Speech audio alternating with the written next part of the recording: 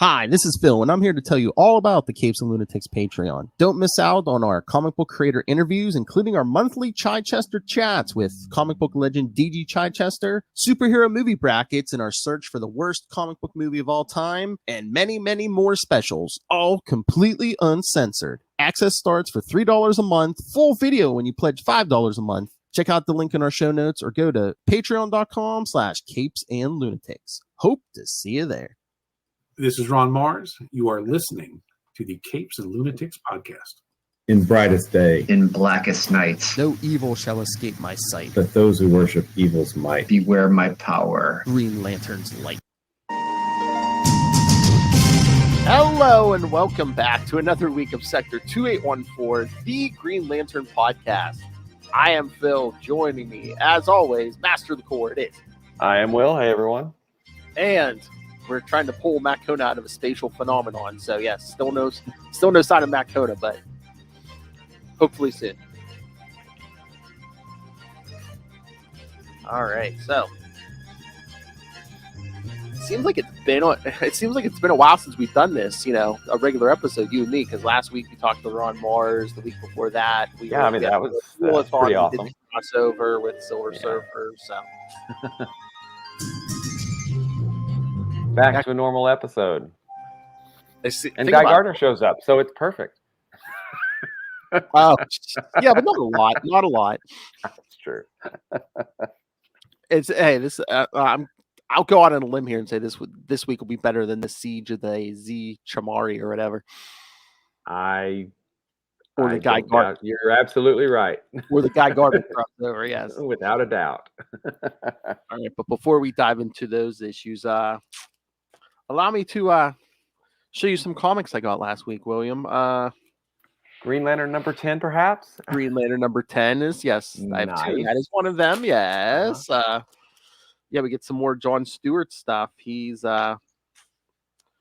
seems like he may be ascending. I mean, all right, it's still not getting a full explanation, but it almost seems, I don't know if Jeffrey Thorne's hinting around that it's like, just from a couple lines that were thrown out where it's like, well, hey, since the multiverse has been back, Hyper Time has just been out there, just like all chaotic and unconnected to anything. So Hyper Time. Okay, cool. So, there was one or two lines with Hyper Time thrown out. So I'm wondering if he's going to play with that. Be like, hey, you know what? Everyone dropped Hyper Time once the multiverse came back. So, hey, Now we've got a multiverse and Hyper Time and everything. Okay, cool. Let's see. DC versus Vampires number 4, I think, came out too, didn't it? Let me check the list. Now that might be kind of this week. Okay. Yeah, I haven't picked it up yet. Let me check my. Yes, so I'll be picking it up tomorrow. Yeah. I've read the first 3 issues and I am slightly annoyed that Hal was the first beachhead that the vampires got in, the heroes. That annoys me somewhat, but oh well. Just say they went for the best, Will. Come on. That's true. They went for the best. Can I whet your appetite with the last page of Green Lantern 10, which I think you will find very pleasing? Okay, cool. Very cool. There's reinforcements show up to help on Oa. The Justice League, and look who's front and center. Yeah. Wow, nice. So issue 11, man. Hal's leading the Justice League in the help. Very cool. Now, at the end of number 9, it looked like Joe was in street clothes and not. Did her ring get? I wasn't certain if her ring got depowered or. Well, her ring is different, so I wasn't sure. Yeah, I don't know if it was just like the way her ring charges, because eventually it does she does get a charge back. Okay. And other Guardians come in to fight this big threat. Because I know a certain guy that has like the strongest willpower in the universe that could maybe just like grab a hold of that ring and charge it for her, Yeah. But no, like one of the. I mean, you saw the big threat at the end of 9, right? Yeah. Mm-hmm. So Yeah, so one of the female guardians gets up in the giant's face and was like, this was all part of the plan, because she even says to him, "I forged a new power ring separate from the primary network. I presented it to a human unknown to you or your siblings," meaning Joe's ring. Ah, nice. And it's like, I sent Sojourner Mullen and Jon Stewart far away to places invisible to scrutiny, protected from whatever doom you planned. So Joe and John were kind of the Fail-safes. yes. Nice. Very cool. Which, why wouldn't you use Jon Stewart if he's, well, A guardian? I guess he's rocking guardian power, yeah. So it looks like it. Like I said, it's going to heat up because Hal and some reinforcements show up at the end. So Nice. Oh, and I have a comment about the annual when we talk about the Green Lantern Annual #4 in just a bit. okay, but no, the About- other About Guy having a battery. I just don't want to. yes, yeah. Oh yeah, trust me. We'll talk about that. Talk about that, yeah. But no, after last week's conversation, I wanted to say I also picked up Silver Surfer Rebirth #1.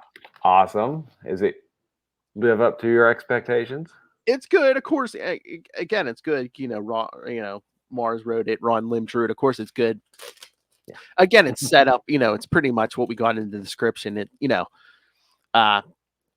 begins with like Genus trying to like keep a ship from getting like sucked into a black hole or something, and he's like having trouble. Wait a minute. Isn't he dead? Well, no, this takes place in the 90s. So Oh, okay. yeah. It takes place in the past before he gets like chopped up or whatever from Thunderbolts. I don't remember that. Although William, he has reappeared in the Carol Danvers Captain Marvel book, which is set present. I've got a day. bunch of those that I just have in a stack that I want to read. I just haven't sat down to do it yet. They haven't explained how he's back, but because he just like showed up in the last issue. But this one's set in the 90s because this is even before all the Peter David stuff. Gotcha. And so he's having trouble with the ship, and then of course the Surfer comes in and just helps him easily. Yeah, because he's the Surfer. Yeah. And then like I said, it's like the description, it's like there's like some kind of like reality inversion, and all of a sudden Genus is gone and Marvel is there. And so like the rest of these, you're just like, how did this happen? And then of course, who shows up on the last page to say, hey, it was the reality gem, but it wasn't me this time. Could it be Thanos? Ooh. No, Will, Thanos of Titan. Oh, that's right. Sorry. Oops. So yeah, I mean, again, it was kind of like setting up the whole thing, but no, it was pretty good. Awesome. Yeah, if you like 90s Surfer, I think this is going to be I love this. The next issue blurb, it says, someone has stolen the reality gem and is restructuring the universe to their whims. And it's not Thanos. I don't know. There seems like to be a lot of perhaps they're protesting a little too much here. It's not Thanos. No. It's not Thanos. It's not Thanos. I was going to say, watch it be like some like alternate version of Thanos. But no, I think from the next issue blurb, I think the big hook is going to be, oh hey, Surfer and Thanos are going to have to team up to save reality. That's never happened. But no, I was thinking about it, man. Like, in a perfect world, I would love a Quasar book back. But if we can't get a Quasar book back, can we get some Protector of the Universe, either Marvel or Genus or somebody? Yeah, I mean, that slot's been pretty empty since Genus died. Well, Philo, I guess Philo for a while, but even she's, she's not. But was she a Protector? I mean, that whole thing is really murky because how did she get the bands? Because you can't take them off. I mean, it was in this weird bubble reality too. I mean, I don't know. It was because, I mean, when you get down to it, the bands are more powerful than a cosmic cube, right? So I don't think a cosmic cube should be able to affect them, but whatever. But I guess we can't make anyone else Protector because Wendell and Avril are still around right now. So yeah, I mean, it's I don't mean to speak for anybody else, but hey, Marvel, I have a comic book writer right here. We can write you a quiz. I actually have a few stories. I was gonna say between you and me, and I think we can write Jonah into this. I think ideas will not be our problem. Yeah. Yeah, wasn't he appeared in Guardians and then Guardians got relaunched? Is that Mm, well, Guardians finished. I don't think they've relaunched it yet. okay? Yeah, I don't think there's a Guardians book at the moment. So yeah. So and again, there's no guarantee that they, if one comes back, that he's going to be in it. Yeah, but I mean, that was Al Ewing was the writer that brought him back, and then they were switching. He and Avril were switching places, right? Yeah, yeah. And we still don't know how. One, how that happened, and two, what happens next, right? Or how about, hey, somebody, if anyone writing an Avengers book or anything, how about put Quasar there? Something. I mean, it's not like he's an Avenger or anything. I know. Oh wait, Oh wait, he does his homework. He reads the files. he does. I mean- He does. I mean, for God's sakes, people, Moon Knight has a book again. Couple of balls down the gob. What the F? No, I like Moon. I know I like Moon Knight. Jed McKay's doing a great job there. Yeah, and I know that a certain someone is extraordinarily happy, not only because Moon Knight has a book, but Moon Knight has a series too. So Oh yeah, and what was that March 30th, the first episode of Moon Knight, kids. I don't know though, man. It's like, hey, beginning of March, the Batman movie. End of March, Moon Knight. Moon Knight, strange. Moon Knight, riding them Batman coattails again. I love Batman. Anything else Green Lantern related of late? Not that I can think of. Have you heard of anything? I mean, no new news on that series or anything. On the series, no, I don't think so. Oh. I mean, Have you seen? I guess in a few months, Justice League 75. They're teasing the death of the Justice League. I have seen that with the death of John Stewart, supposedly. I would assume it's John Stewart because I think he was the last Lantern on the league. But if you look at the art for it, everyone's standing around, and like Hal's like front and center on the cover. Yeah. So there's like one of the rumors is like, oh, maybe they're going to build a new league around Hal Jordan. Yeah, but they're not going to kill the Justice League. I mean, No. I'm just saying, I haven't told everyone. I think this is an excuse for them, like with the Justice League Detroit or like the DeMatteis era and stuff. Maybe they're going to build a league that doesn't have all the big seven in it. Maybe it'll be Hal Jordan and some lesser, B-list guys. Maybe. I don't know. I mean, it's at what point? What was the in the Scarlet Witch, the WandaVision? When does the ship not become the ship anymore? Yeah. When does the Justice League not the Justice League anymore? But they go through those cycles. They'll have the big seven, and all of a sudden they have a lesser team. But no, if you look at that art, there's two Lanterns you don't see, so either one could be in the coffin. John Stewart, and I don't think Guy's on there either. So yeah, but Guy is not exactly persona grata in the league. yeah. Well, you know how it is. Someone dies, and everyone sees that. All of a sudden, it's like, oh, he was a great person. It's like, oh, okay. Okay, he was a terrible person, but he was an awesome Green Lantern. And their deaths aren't going to be either they're not going to be dead for long, or it's going to be a thing where everyone thinks they're dead, but they're like stranded in another universe, or something like that, or faking out an alien invasion or something. Although I don't know, Will, maybe they will keep Batman dead forever. That's plausible. I love Batman. And Superman and Wonder Woman, who just came back from the dead pretty recently. Yeah. You got me. I'm totally with you now, man. It's for real. They're all dead. Yeah.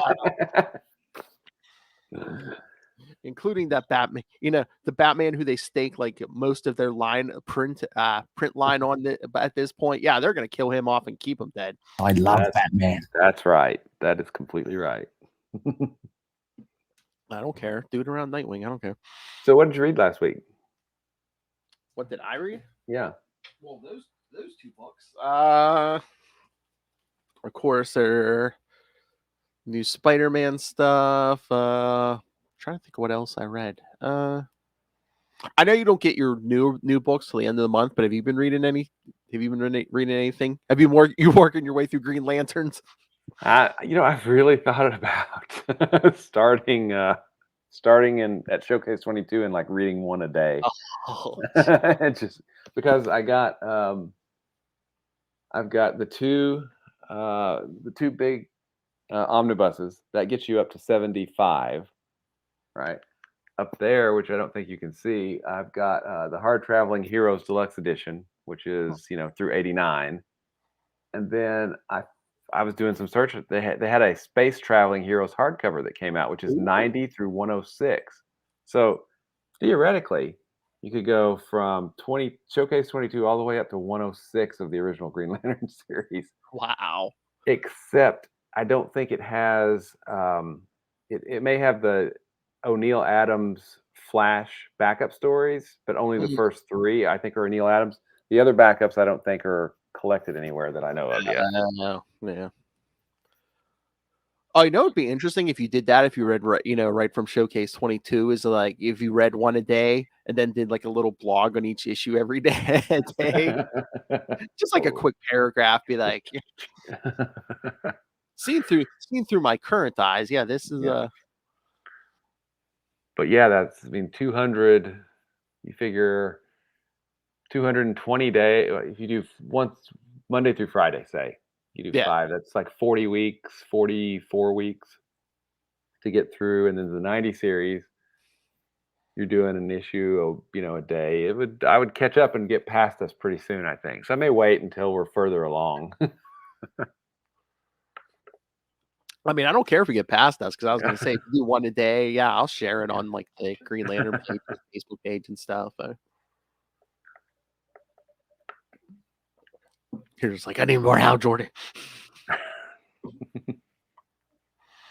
Actually, I really want to read the Green Lanterns series and Hal Jordan and the Green Lantern Corps, because those were, because I started, and then I need to get the Rebirth issues too. But I kind of dropped off there at Rebirth, which was after Rebirth, and then didn't really start coming back in hardcore to Green Lantern till the Grant Morrison stuff. Yeah, because I mean, if we stick to the schedule, which we have been, I think I think Rebirth is like early next year, might be a pretty close to exactly a year almost to today. So so. Well, there's going to be a lot fewer crossovers real soon. And no more Dark Stars. War of the Green Lanterns. Blackest Night. Until we get to there, Hey, once we get further along, if we start we're like, oh man, we're going to get close to the end here soon, which again, it'll probably be another year or two before we even have to think about that. Maybe we'll slow down and start doing like one issue a episode again, but once we start catching up a little bit. Mm-hmm. Well, there's a lot. I mean, that only gets us up to 2005. It's still almost, 17 years ago. Yeah. There's a lot of Green Lantern between then and now. Oh yeah. At one point, we'll have what, like 2 or 3 just Green Lantern books a month. Yeah. Green Lantern, and then Red Lanterns, New Guardians, Green Lantern Corps, and Green Lantern. So 4 books a month. Yeah, that's pretty awesome. Well, you know what, too, you know what else we could do? Like if we, again, I think we're years before we have to worry about this, but if we start running out of stuff, like if we catch up, we can always go back and start doing the Silver Age, the first Silver Age run. Yeah, we already did Showcase 22, but then we could start with the Green Lantern series and go all the way up to, was it 222, I guess? Something like that. Yeah, because we only did the last issue. So yeah, we did the final issue, before we kicked off the. Oh, did you see that link I sent you, by the way? Yeah. About the whole gray hair. White hair, where the gray hair came from on Hal. Apparently, it was the first issue and drawn there by Pat Broderick. I would assume at the request of the writer. Yeah, would be my guess, but maybe not. I mean, I don't know. I think for some reason, the writer just wanted him to look all old, like weathered and stuff. Yeah, because I don't think I realized it, but I've read that thing before. So, because even in Action Comics, he didn't have the gray hair or Nope. anything. Yeah, it wasn't until that number 1 in 1990. We never speak of those. I know. So you're right. He was never in those things that we don't speak of. Or even the last issue of the series before. Yeah, he didn't have the gray hair. Mhm. Good times. All right. All right. So, should we get to the issues? All right. So, that was going to be my next question. So, what order do you want to do these in? Do you want to do 66 and 67 first, the annual first, the Superman issue first? Really, I mean, 66 and 67 need to be done as a set, but the rest, it's all interchangeable because the there's rest no of it, continuing. What are we going to talk the most about, you think? I would say probably either the 2 issues, 66 and 67, or the annual, maybe just because it's Hal. Yeah. Let's start with Superman then and get it Yeah. out of the way. That's what I was thinking. Yeah. Yeah. Because there's not a lot of like character development for Cal, but yeah. Yeah, and the art was great. It was, I believe, Jose Luis Garcia Lopez, I think, did the art for the Superman. Yes. Here, I got all the deets right here. Awesome. Superman Volume 2, 105 from October 1995. Misperceptions. Yes. Writer Dan Jurgens. Penciler, Jose Luis Garcia Lopez. We speak your name. Joe Rubenstein. Inker, colorist Glenn Whitmore. Letterer John Costanza. Oh my, 4 editors: Mike Carlin, Casey Carlson, Chris Duffy, and Mike McGavney. Yeah, and this felt like this really felt like a fill-in issue of Superman. Yeah, it does. Yeah, because it really didn't like forward like the Superman plot much either. Yeah. Yeah. Oh, and you have to look at the cover. Did you not get a little bit of warm fuzzies from the cover because it had the triangle number on it? Yes, I love triangle numbers. The more specific you could tell me where an issue takes place within the oh yeah. For our younger viewers out there, Superman came out. There was a Superman title every week. Yes. Yeah, and then there's on the skip weeks, Superman Man of Tomorrow came out. But to make sure that you could read them in the proper order, they had the regular issues had their number, but they also had a triangle number like 1995 1, 1995 2, 1995 3, so you could read them through like that, which was pretty darn cool. So all you had to do was take a quick glance at the cover and put your comics in order. Oh yeah. And just start going down the pile. Oh my god, I miss triangle numbers. I know, aren't they awesome? I know. All right, so this one, while taking a break from painting a nude model, and it's going to blow up in your face later, Kal Rayner is whisked away from his apartment and hammered by a gigantic fist. Meanwhile, Superman is attending the ceremony for the maiden voyage of the SS Laura, a ship named after his mother. Jimmy Olsen, who has recently quit the Daily Planet, is covering the story for Cat Grant on WGBS. A giant robot suddenly rises from the water, dropping an unconscious Green Lantern into the water. While Superman checks to see that his fellow hero is okay, the robot seizes the Laura and flings it, passengers and all, into the air. Green Lantern catches the ship while the Man of Steel engages the Metal Menace. One by one, Superman's abilities phase out, and Siphon and Dreadnought reveal themselves as the true villains. Yeah, kids. Who? Siphon says, not Simon. SI/PH Siphon. Wonder what his powers are. Convinced that Dreadnought has siphoned enough power to him, Siphon now attacks Superman in person. Superman suggests that he and Kal switch places since these villains have never tried to steal a Green Lantern's power before. During the battle, Jimmy's transmission cuts out, prompting Kat to run a GBS special on the origin of Superman, hosted by Steve Lombard. With the two-pronged attack, Green Lantern creates a second giant robot to tackle the first and takes out Siphon and Dreadnought. Superman's powers return, and the giant robot is revealed to be a being freed from imprisonment in the Earth by Superman. It was betrayed by the two villains and then used by them to take revenge on the Man of Steel. Lantern holds the villains in an energy bubble while they wait for the Metropolis Special Crimes Unit to arrive. But yeah, that giant alien, I believe that's from an Adventures of Superman issue. I think it was the one, it was like right before his death. I think Hal and Guy were in that issue. We had editor's notes. Another Yes. cool thing to have. Yes, I missed editor's notes too. Yes. I think it was like Adventure 472 and 440 something, I think, were the two notes that we had. I can't remember for sure. Yeah, let me see if it's on here. But oh yeah, I remember that issue because that's another one. It's like, if we get to the point where we need to go back to some old issues, that's another one. Because yeah, like I said, I think how and Guy are in it. I think it might even take place like it's either right before the '90s series or like in the middle, like that first arc, maybe. 'Cause I think Hal might still be like traveling around and stuff. Cool. And I Does he think have gray? We're talking about his gray hair. Does he have gray hair? I think he does, yeah. But no, I think it's while he's still traveling the road because I think Guy even says to Superman, he's like, "Oh, that bum ain't gonna help us." That sounds like Guy. Oh yes, here it is. Giant robot, actually a being that previously appeared in Adventures of Superman. Yes, 473. You're right. 473. Okay, cool. Yes, 473.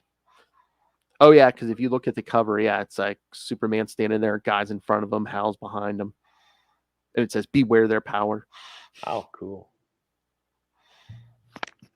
Yeah, it's pretty decent. So what did you think of this one, Will? Pretty decent Superman story with great art by a kind of a legend, Yeah. Oh yeah, yeah. I mean, it was good, but it was just like, yeah, like we said, it really didn't. It seemed like almost like a fill-in for Superman, and it Kyle doesn't necessarily come off as super awesome in it because he gets defeated pretty handily, pretty quickly. one, it's not his book, and I guess they're trying Exactly, to, show he's like the new guy on the block and stuff. But Mhm. but it's like, had he defeated the villains, earlier, it's like we wouldn't have needed to bring Superman in, I guess. Well, and they were after Superman, or they were trying to get revenge on him and Superman. So Yes. Oh yeah, you know, because once again, another villain, more villains who think he's Hal Jordan. yeah, Because all Earthlings look alike. that's right. We all do.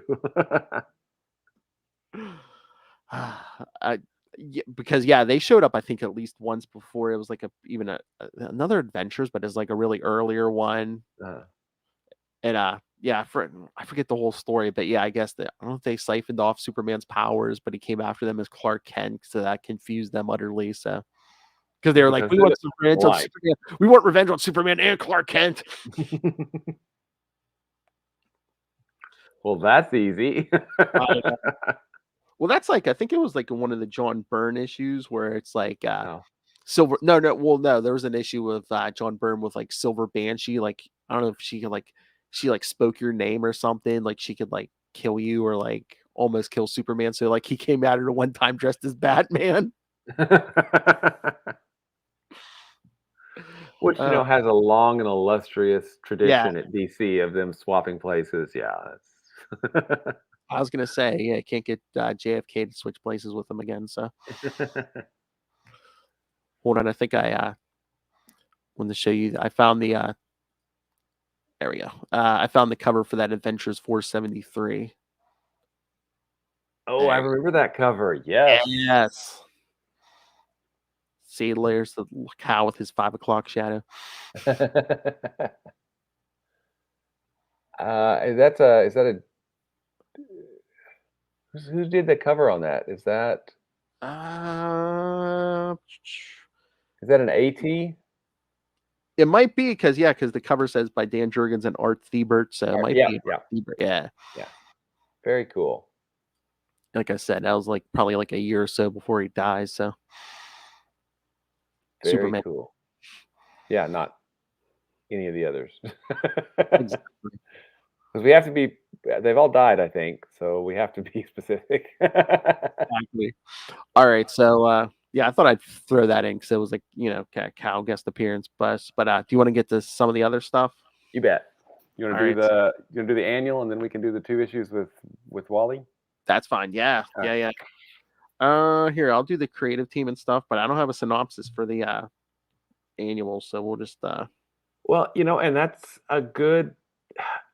I kind of wish you did because I'm a little confused exactly about what it was. I know we're gonna talk. Yeah, we're gonna talk about this because I'm like, oh, how does this work? But Yeah, Green Lantern Volume 3 Annual 4 from October 1995 also. Writers Ron Mars and Kevin Ferreira. Pencilers Tom Grindberg and Joe Phillips. Inkers Bill Anderson, John Lowe, Dexter Vines. Colors Gene D'Angelo. Letters Chris Eliopoulos. And editors Kevin Doley and Eddie Berganza. So, all right. So, yeah, we had 2 writers, 2 pencilers, 3 inkers on this thing. So, was this like time thing or what was? And there was a theme on this annual, wasn't there? Was there? What would that theme be, Will? No, I mean, what for the overall theme for all the annuals that year? Was it like a year 0 or a weird kind, or was it just a year normal 1 annual? or something? What was the cover for that like? I forget of the annual. It looked like here I was gonna pull it up on my pad here now. Remember, it's got like the blue background. It's got Hal and Cal, but I think they're all in each other's costumes. But yeah, I think it's like they were all doing like the. Oh wait, here we go. Yeah, it says year 1 on the front. Yep. Yeah, they were all doing year 1, so like a lot of the books were doing like untold like year 1 tales. But yeah, this one they basically I guess found the way to show Hal and Cal's first year 1s. He was, yeah, and I am somewhat confused at that because I feel like it didn't really happen. Yeah. Yeah. Okay. Well, let's get into this. Yeah. Yeah. We see Hal as Parallax show up at Alan Scott's home and basically steal Alan's battery. Yep. Mm. And then he goes after Guy. Yeah. Who? Yeah. Well, I was gonna say that we see Kyle with Donna, and she says, "Yeah, you got some other stuff to do." But yeah, then we see Guy at the bar. Which, yes, I saw the thing you were mentioning, Will. Yes, so why does Guy have a battery? I mean, technically, we did see him get his ring taken off of him, but we never saw them take a battery off of him. That's true, but I mean, the Guardians were kind of really good about the paperwork, you know? Yeah, yeah. So what? Yeah, I mean, if anyone could cause trouble with just a battery, you think it would be Guy Gardner. Yeah, exactly. So I mean, that couldn't be Aricia's, could it? Well, she hasn't had a ring in how long though, too. That's true. Yeah, she didn't have a. I mean, maybe he could have picked one up on Oa when he was there, but I don't think Cal would have took it back with him, right? Well, remember that yellow ring worked off Green Lantern energy? Could he have charged that yellow ring off a Green? I mean, we never saw him do it, but could he charge that yellow ring off a Green Lantern battery? I don't know. Because it seemed to feed off Lantern power. Yeah, Kilowog showed up toward the end of his series while he had the yellow ring. Oh. I don't know. But anyway. Yeah, I mean, Kilowog was spending time with the Justice League. Could that be Kilowog's battery? Potentially. I don't know. I thought it was weird. Look, like that first panel we see Guy, it looks like that battery's sitting next to like a picture or a statue of Kilowog. Kilowog, yeah. And he's talking to Kilowog, so I guess it could be, but because I was going to say, it can't be Hal's battery blew up. It can't be Hal's. Yeah, and the batteries that, I mean, there would be a lot of batteries just kind of, there would be 3,600. Well, no, there wouldn't because we only had like 20 or 30 people. Well, but what happened to all the batteries from the original before those all went dead? Could it be John Stewart's battery? Potentially, I guess. I mean, I don't know. Gnort.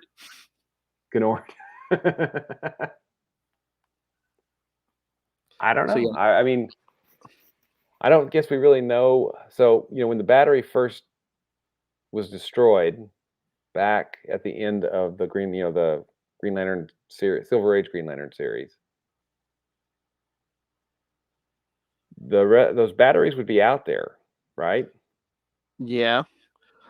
I guess they're hinting that this is his battery because Hal shows up. He says the Guy, because I wanted to make sure I remember this right. He says the Guy, I'm here for your battery, Guy.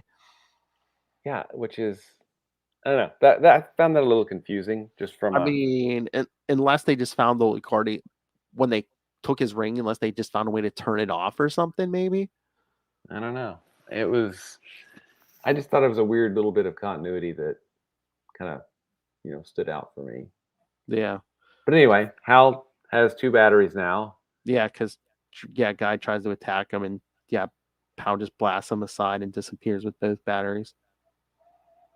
Then we see Cal trying to work in his apartment, but he's just drawing sexy pictures of Donna. Yeah.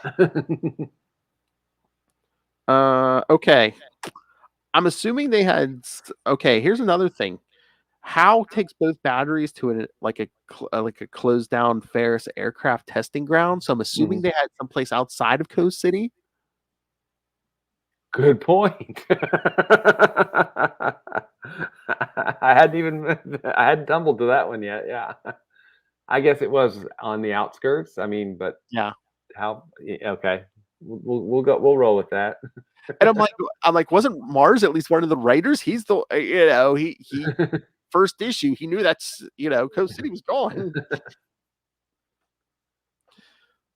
So Hal brings both batteries to some Ferris aircraft testing site, and well, and actually, if you'll remember in Green Lantern 46, Carol was on her way to Ferris Air, which wasn't called Ferris Air anymore, talking to somebody there, and they got disconnected, right? Because they got blown up, right? Yes. That's what I'm saying. This has to be somewhere outside Coast City for this to make any sense. It has to be a secondary, like, airfield or something, yeah. I'm sorry. I mean, I love Mars, but I don't know. This issue just seemed like it was, they rushed it out because they're like, oh, everyone's doing a year 1 annual. You got to do a year 1 annual. We see Hal trying to charge off Alan and Guy's batteries. Okay, Alan's has the Star Heart. Okay, I get that, but shouldn't Magic? Yes, but shouldn't Guy's battery be dead, or is there just like a tiny bit of whatever charge is left in there? I don't know. I would think that it would be dead because it had. My understanding is that Central Power Battery on Oa sends out to the batteries all over the universe. Yeah, and then the rings get charged off those batteries. So these little batteries are pulling from the central battery, but right now, there's no central battery. So then we see, Cal tries to charge his ring, and we see, Hal and Cal switch places.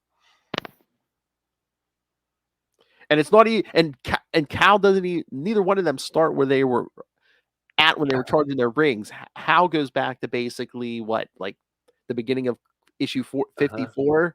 Yeah. And Cal's like early in the Silver Age, it looks like. So yeah. Well, Showcase 20, the Invisible Destroyer was, I think, the Showcase 22 issue. I can check on that while you're. Yeah, I'm trying to remember if it was the first one or not, but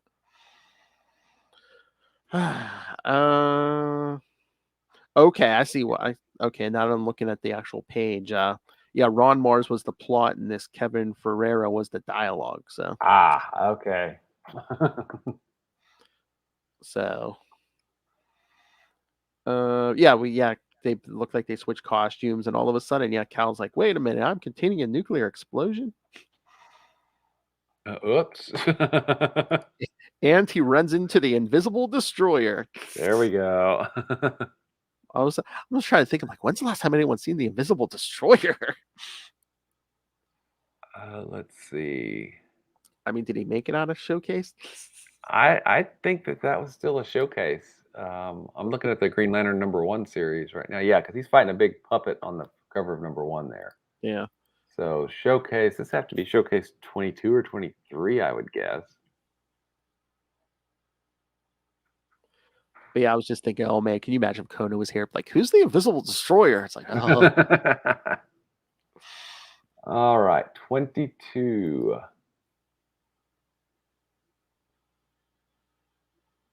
Okay, let's see.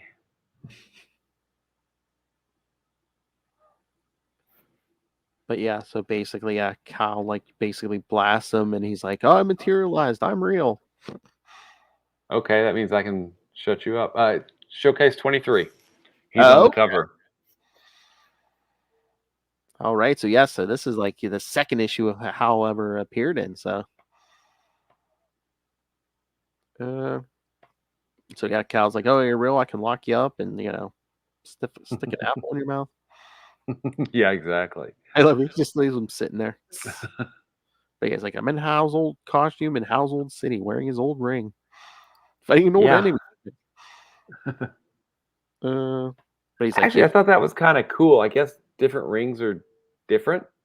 You would just know because it's interfacing.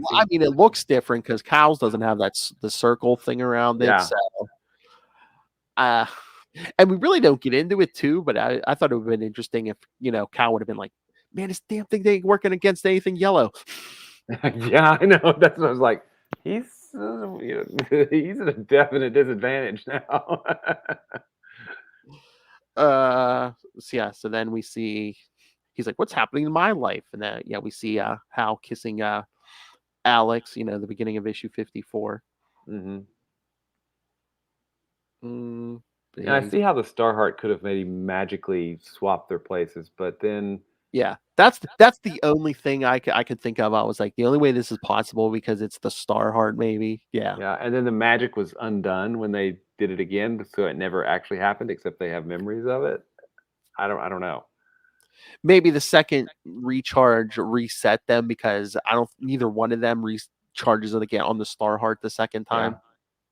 Well, see what, because it's weird. It would have been. I think I could have understood it a little bit more if Kyle was like in Hal's body and he was referred to as Hal and all that, but he wasn't. He was referred as Kyle. Yes, they did not quantum leap it. No. That's like Alex is calling Hal. Hal. Yeah, I'm like, wait. It was a little just confusing, but Cal goes to Ferris there, and Carol's calling him Cal Rayner. Yeah. So of course, Cal goes to Ferris Air, finds the battery and everything, and he's like, "Oh, cool. Hal was a test pilot." And then Hal's sitting around in Cal's life thinking, maybe I can make this work. Let's see. I have a ring again. I'm Green Lantern again. I have a hot girlfriend. Yes. So he left the apartment, but he comes back, and of course, it's issue 54. Kids, who was there? Major Force. Sorry.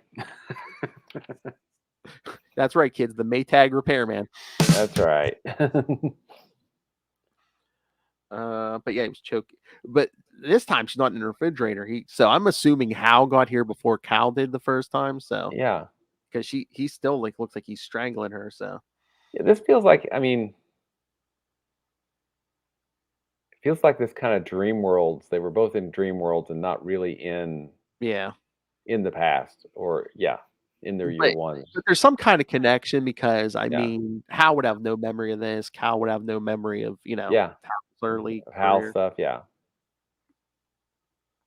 Again, maybe it's just the Starheart sharing stuff with each other, them potentially. Yeah, I mean it's just kind of weird.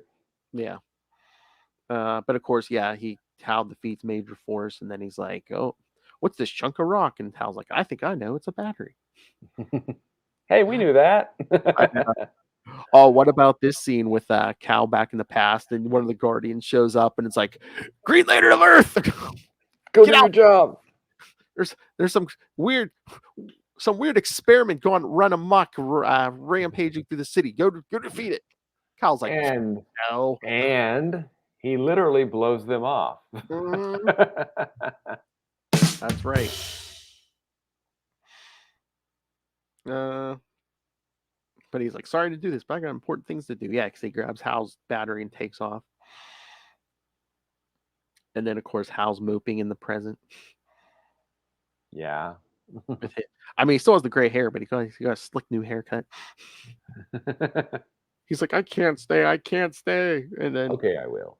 Of course, this isn't supposed to happen. And of course, after they make out a little bit, she's like, "Will you stay?" He's like, "Yes."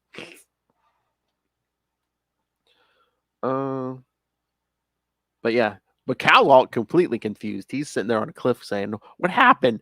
All I did was charge my ring like every other time." He's like, and he starts charging on Hal's battery.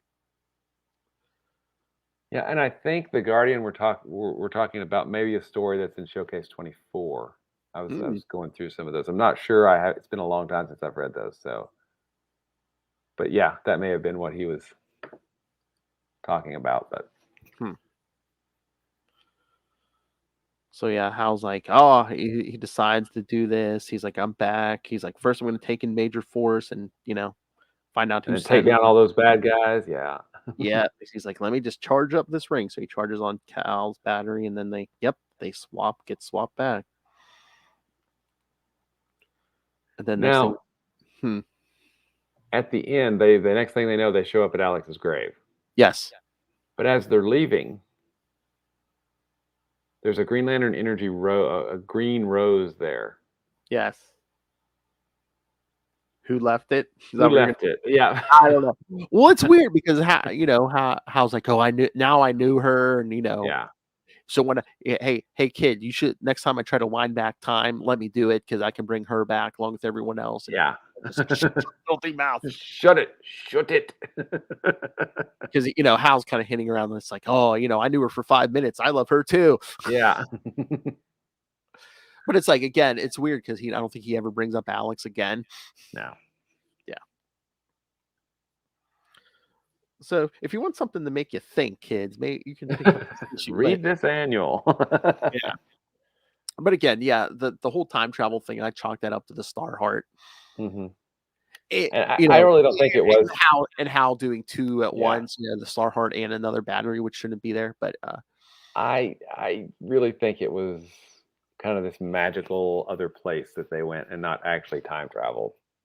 I'm trying to remember, is the Star Heart is it sentient at all? Because it's been so many things. I mean, it was it used to be magic that was contained, and then the Alan Scott was, and then I don't know. That's what I was thinking. I was like, maybe it's just like chaotic magic or something, or I was like, if it's sentient, maybe it's like both of them charging at the same time. It's like, hey, let's do the swap. Maybe we can pound some sanity in the Hal's head or something. I don't know.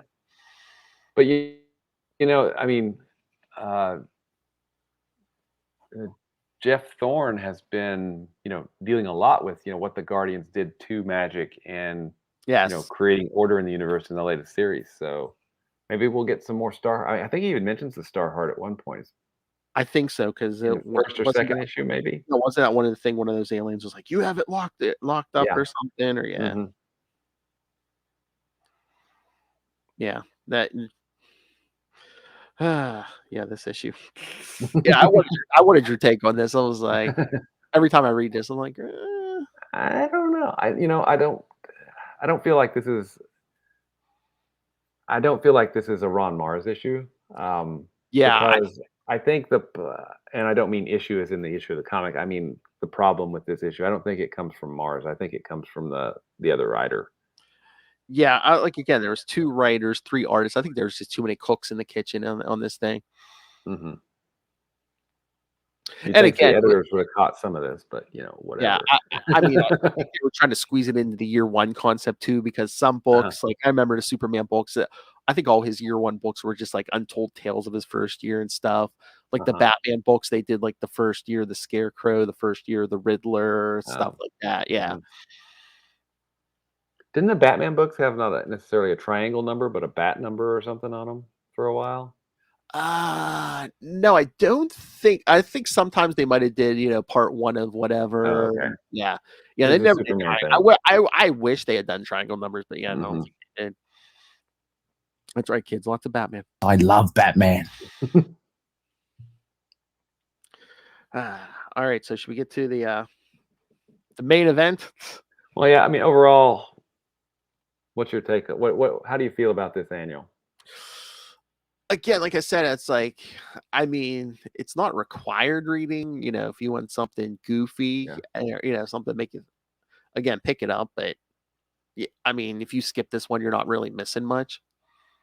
As I was reading this one, I was looking through the others, and the next year's annual is Legends of the Dead Earth, and I was like, I completely forgot about that. Oh, I know. Yeah. It's just like different versions of every hero. I don't know. I haven't read it. I'm going to have to reread it when we get to that point. Oh my god, I've read a bunch of those, but I don't know if I've read them since they came out. I mean, yeah, I don't think I have. it's just like future versions of like characters, kids, like thousands of years in the future or something. Yeah. Yeah, we've got lots of crossovers coming. We have to get up to Green Lantern 1 million. Oh yeah, yeah. Oh yeah, we're gonna get there. Yeah. Not sequentially. Trust us. Not sequentially. Oh my. That's All a right. lot of issues. A lot of crossovers with Guy Gardner and Dark Stars. I think 1 million is like kind of around it. What is that, issue 106 or 107? It might be between 106 and 107, something like that. So yeah. So all right. So let's get to these issues. All right, kids. When Kyle Rayner officially met Wally West. Mm-hmm. Green Lantern 66 from September 95. I love the title. Fast Friends? ? Part 1. Yeah, Ron Mars, penciler Paul Pelletier, Romeo Tangle inker, Rob Schwager colorist, letterer Albert de Guzman, editors Kevin Dooley and Eddie Berganza. Yeah, so no Daryl Banks. I mean, I like the art again this time, but yeah, no, it wasn't a Daryl Banks. Yeah, the only quick synopsis: The Flash follows the villain Sonar to New York City, where he is already battling Green Lantern. Okay, yeah, that's pretty much it. Yeah. But yes, it's a new Sonar, kids. Yes. He wants to be king of New York. It's a hipper 90s, you know, he's got the long hair. Yeah, and he's super buff. Yeah. Got that 90s bod, yeah. But no, it's interesting in the beginning because this is going to come up in the next few weeks. Yeah, Cal gets attacked by some guy in armor in the beginning and knocks over some guy in a wheelchair, and he's like, you shouldn't have to be in that wheelchair. Let me see if I can use my ring to give you legs. And he does. Which seems kind of random, but I know. I'm like, do constructs last forever? Quantum constructs do, but that's Quasar. But I mean, I mean, he has to recharge that ring every time the charge runs out. So I mean, I don't know. Or would the construct? Yeah, the construct would come from the ring. Well, I would know. One of the in everything you want to know about Quasar's quantum bands that Mark Grunwald said, basically sent to his editor on how the quantum bands work. One thing he does mention is Green Lantern's ring, and then if they stop focusing on it, it just goes away, right? So well, that's what I was thinking. I was like, I thought it was all willpower with this ring, I mean, it's almost like he linked the guy to his ring, so he could draw a little bit of power, to make his legs. I mean, I don't know for sure. I guess we're gonna find out. I'd forgotten about this storyline. Yeah, this is gonna come back, especially in Underworld Unleashed. So Kyle flies away. It's like, hey, look, I got somebody out of a wheelchair. Good job. And then we see, before he makes it to New York, Sonar's tearing up a bank City Hall in Keystone City. So that's how he gets the Flash on his case. Now, I have a problem with a guy that uses sound, which travels at 300 meters per second. Yes. Maximum speed of sound. That is Mach 1. I have a guy that uses sound. I have a problem with a guy that uses sound being any kind of problem for the Flash. Yes, you can travel faster than the speed of sound. Yeah. Yes. I guess you kind of have to say, does he underestimate him? You always have to make some allowance, Will, because in reality, the Flash should never get taken by surprise. Ever. In the history of ever, yeah.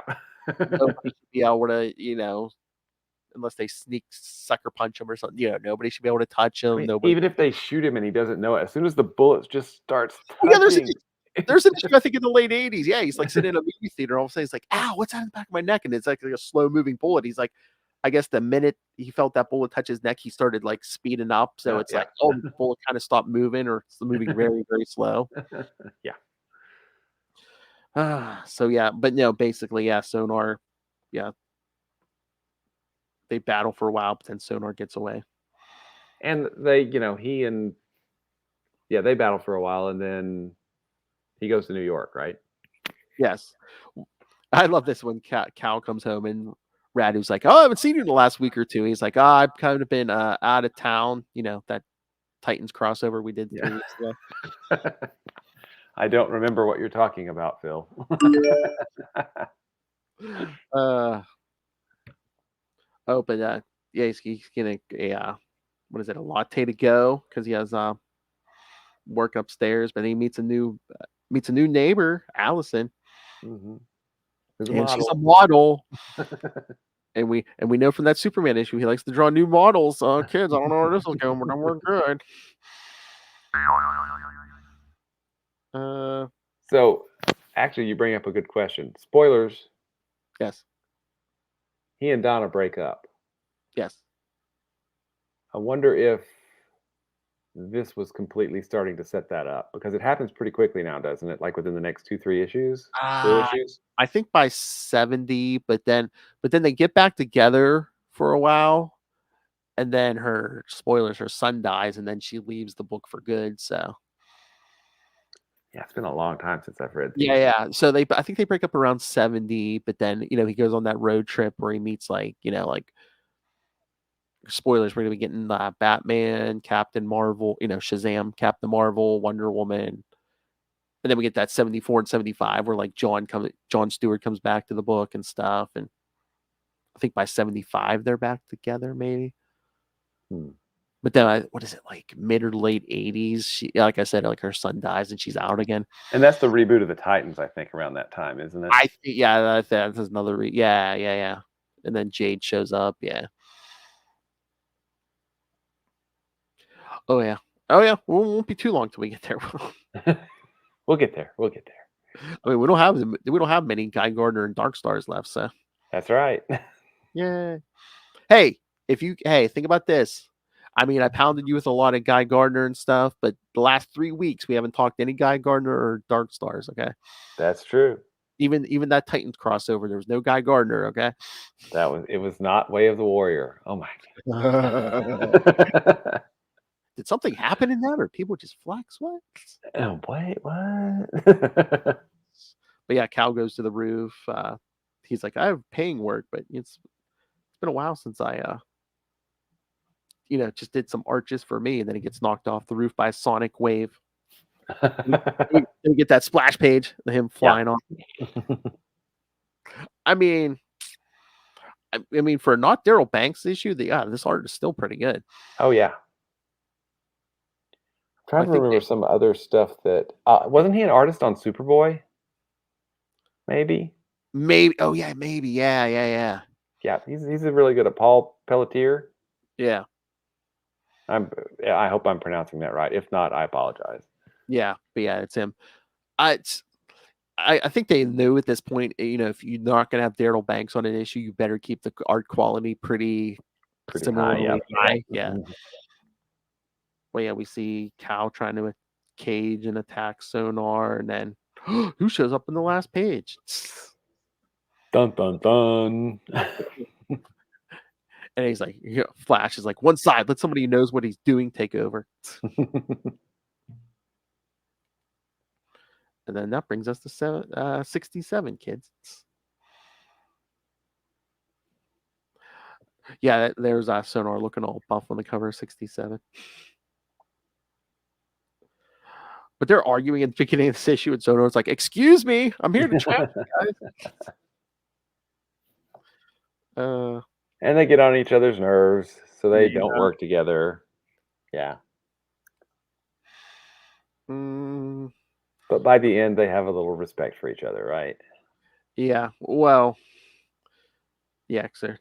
And then the guy who Cal gave legs, all of a sudden his legs disappear. And it's like, wait a minute, because he cuts his hand and I guess his concentration slips. Yeah.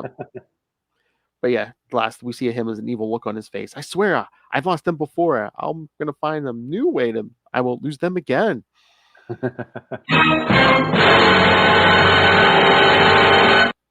Oh wait, does he become a regular occurring villain after this? Not reoccurring, but yeah, he is going to show up during Underworld Unleashed. So Okay. yeah, Wow, it's been a long time since I've read these issues. yeah. I think that's the next cow stuff we're actually going to cover is Underworld Unleashed. Like Yeah. I read these before my kids were born.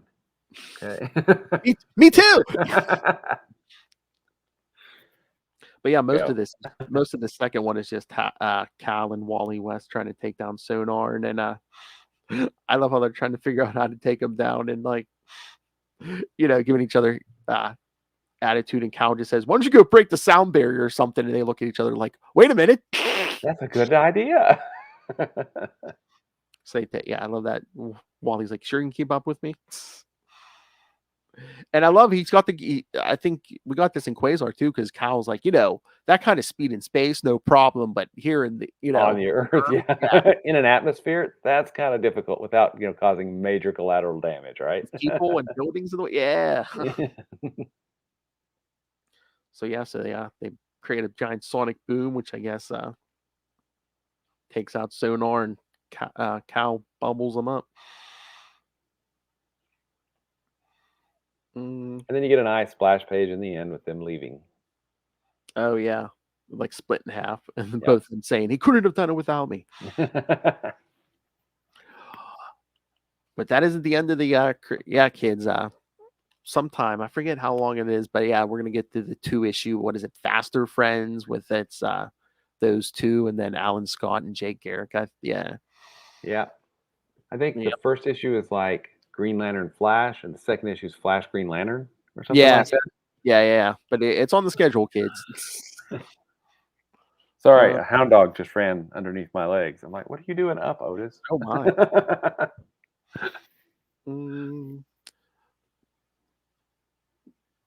But yeah, so I love how Wally's like talking about. He's like, yeah, my uncle and Hal used to always team up. He's like, and people just expect Green Lantern. And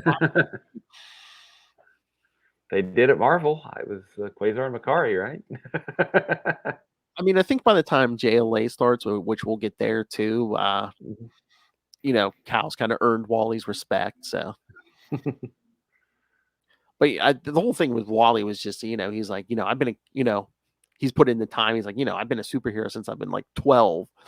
Yeah, exactly. I just handed the ring, and yeah. And that's something that Ron Mars said that I hadn't considered, which Hal was already a hero, because he was a fearless test pilot, The Right Stuff, which is a movie that I love too. But with Kyle, he wanted to take someone that wasn't a hero and make them a hero, which that's cool too. Mm-hmm.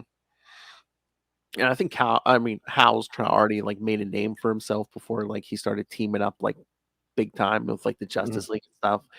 Like Cal, I love how Mars was like, I love Superman. I was like, oh, I couldn't tell you had him, in Cal's second issue, or third issue.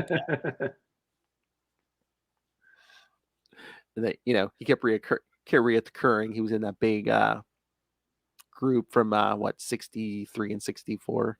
Yeah. I couldn't tell you I love Superman. So easily 66 and 67 were the best this week. Oh yeah, definitely. The Superman book was good, but it was again, it seemed like filler. Yeah, just like a filler issue, And I mean, the art was great, but and then the annual was just weird. Again, it's like guy had a battery. What? Yeah, and what had the time? No, what? No, it's just weird. Although, like, and the art wasn't really up to like Daryl Banks or even Paul Pelletier standards in the annual. It was no. Like again, another case of too many cooks in the kitchen. What was there? Like 3 artists. So yeah, I think that was the other problem too. It's like the art just kept shifting. Inconsistent. Artists. Yeah. But yeah, definitely 66 and 67. But these are kind of like basically a big slugfest too. There's not a whole lot of definitely the second one was definitely forward plot movement, for the book or anything like that. We had a little bit of stuff with the guy that he gave the green legs to, but then the rest of it was just kind of this slugfest. Well, I think it was setting up the whole Kyle Rayner, Wally West thing where it's going to be like, these two, it's going to be the buddy cop comedy where they can't stand each other for the first couple. Yeah, And then they finally, have a respect for each other. exactly. It's 48 hours. Sorry. By the time we get to JLA in April. Yeah. So yeah, but again, everything this week still better than Guy Gardner, Way of the Warrior. I'll take that annual over Way of the Warrior. That was just a big old mess. I mean, there was just so much going on, and it's just like this issue moved to plot, and Yes. it just didn't seem very coherent, at least to me. Yeah, Way of the Warrior didn't seem like it even had a story. The annual, as goofy as it was, had a story. Yeah, absolutely. And once again, like I said, we never saw what happened. The guy's battery. You don't know. Yeah, and crossovers have got to be tough because you want something that has enough standalone that people feel like they're getting a unit of story, Yes. but it also has to be part of a continued larger whole. So important things have to happen there. So plotting out like a 4 or 5 issue crossover or something across 5 titles, it's got to be a nightmare, I would imagine. Oh, definitely. But hey, it has been done and done well. It's also been done and done not so well. I know. All right. Well, so do you want your homework for next week? Please tell me more. All right. So not only will we get the Green Lantern 68 and 69. Oh, let's see if those ones come back. Green Lantern 68 and 69, which is the Underworld Unleashed stuff. We will cover Guy Gardner Warrior 36 and 37 and Dark Stars 35 and 36. That's it for Dark Stars, right? No, it might be in No. issue 2 and more after. Yeah. Okay. Oh, yeah. No. Oh, no. In 2 weeks will be our last Dark Stars, last 2 Dark Star issues. Gotcha. So 38. It made it to 38, and Guy Gardner made it to like 44. Yeah. So yeah, next week will be 36 and 37, and then in 2 weeks will be 38 and 39. So Cool. we're getting there. Like I said, in 2 weeks we'll be done with Dark Stars. So I'm kind of curious to see how that ends because it started so differently than it has been for the last 12, 15 issues of the series since we've been following it, on the podcast here. So yeah. And next week, I was looking at the cover, Dark Stars 36. We're doing 35 and 36. Dark Stars 36. The tie into this week, Donna gets a visit from an old friend, Wally West. Okay. He is the Flash. He is the Flash. That's true.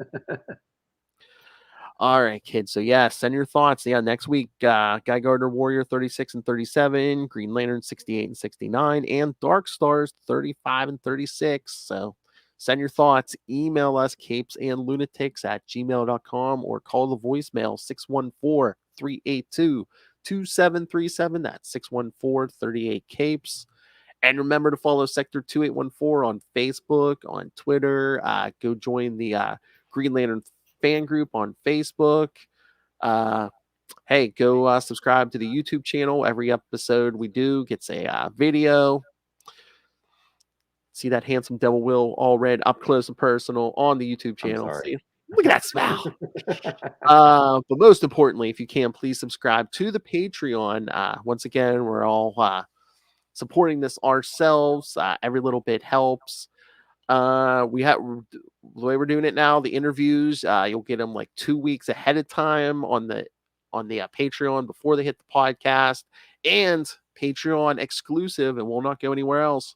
The worst superhero movie bracket started this month, so you can get episode 1 now. The 1990 Captain America movie versus Howard the Duck is up right now. So you're gonna have to spoil it for me. I will tell you. I was gonna say these people got to pay to see what happens. All right, so subscribe to the Patreon or get yourself some Capes and Lunatics or Capes and Lunatics Sidekicks merch. Everything is at Linktree, linktr.ee/Capes and Lunatics. And plus, I have a young lady by the name of Lilith Hellfire may be working on a website for us. So stay tuned. All right, Mr. Allred, master of the Lantern Corps, master of the Quantum Zone, master of the Crossover Division, and the Kickstarter. Where can people find you? You can find me at Walred. That's at WALLRED on Gmail and Twitter and Facebook and all those places. You can also find my self-published book via Kickstarter Crossover Division. The first 2 issues are out. The 3rd issue has been funded and is very close to getting printed. We're just waiting for some art to finish up on it. You can also go to diaryofnight.com and find Diary of Night with artist Gene Gonzalez. It's another thing I wrote. And it's weird how Quasar keeps getting mentioned in these things, but if you really think Quasar is cool, which we obviously do, then you can find out all kinds of cool stuff about Quasar at the Quantum Zone, quantumzone.org. I, of course, love Hal Jordan. Seems like I'm getting a package every other day. I hope it's going somewhere nice. I'll put it in my navel. I can't believe you let me forget again. Okay, kids. Hopefully he'll be back soon. Yes, Mr. Macona. You can check him out all over social media. The dog fighting, the world travels, all of it at Macona on all social media. MATTKONA. And there's not actual dog fighting. No. No. Dog park, Sparkly quantum tentacles? No, he's not Michael Vick. No. It's a bit of a heel turn. The yin to Darkhawk's yang. See you later, bunkie. Oh, wait. Here we go, Conan. It's been a while. Suck it, Lilith. All right. All right, kids. Yeah, come back next week. 2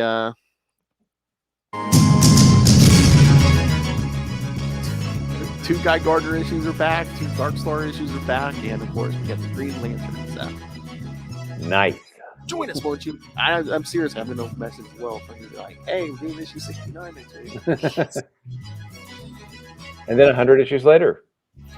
Or now, April, we're gonna do a crossover with her and my Justice League podcast. Oh, because JLA, man. JLA. Cool. Yeah. So if not before, we'll be here in April, kids. And if you listen to this whole podcast, you're like, oh, and hey, happy 1-year anniversary. Yay! That's right, kids. Episode 52. All right. Join us next time. And remember, don't be grabbing strange people's batteries. Good night.